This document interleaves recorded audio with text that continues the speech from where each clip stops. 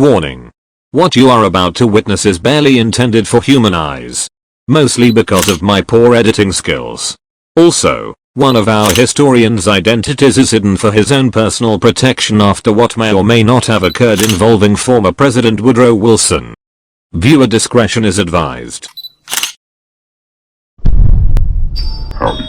Welcome back to the Daily Mail's Daily History Channel. Today, we will be covering the sit-in campaign that swept through the segregated American South some 60 years ago.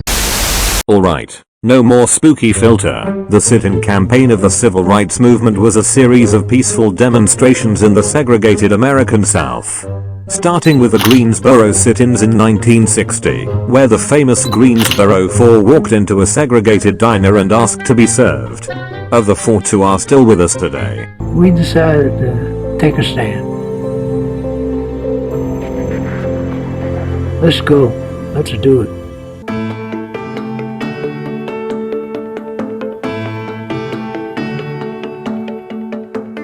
So we purchased small items, sundry items, to establish the fact that we were customers. And then we sat down on a stool and asked for a cup of coffee. Back when I was a youngin' in those glorious swinging 60s, these protests really struck a nerve with the American people. Back then, racism was still rampant, and these sit-ins really helped desegregate communities across the country. Past the Greensboro sit-in, protests were carried out throughout the year of 1960 and as late as 1964. However, the Greensboro sit-in is seen by many as the starting point of the sit-in campaign. Other, more organized sit-ins occurred following the incident. After the first sit-in, they came back, what's the word, exulting in the fact that they sat in and their fears were vanquished.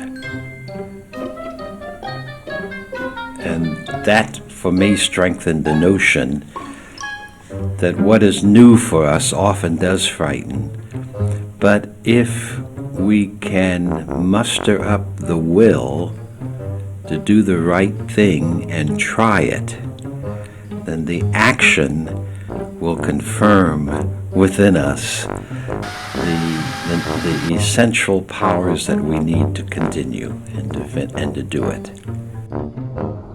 The Nashville Christian Leadership Council was well known for their take on disciplined, nonviolent protest.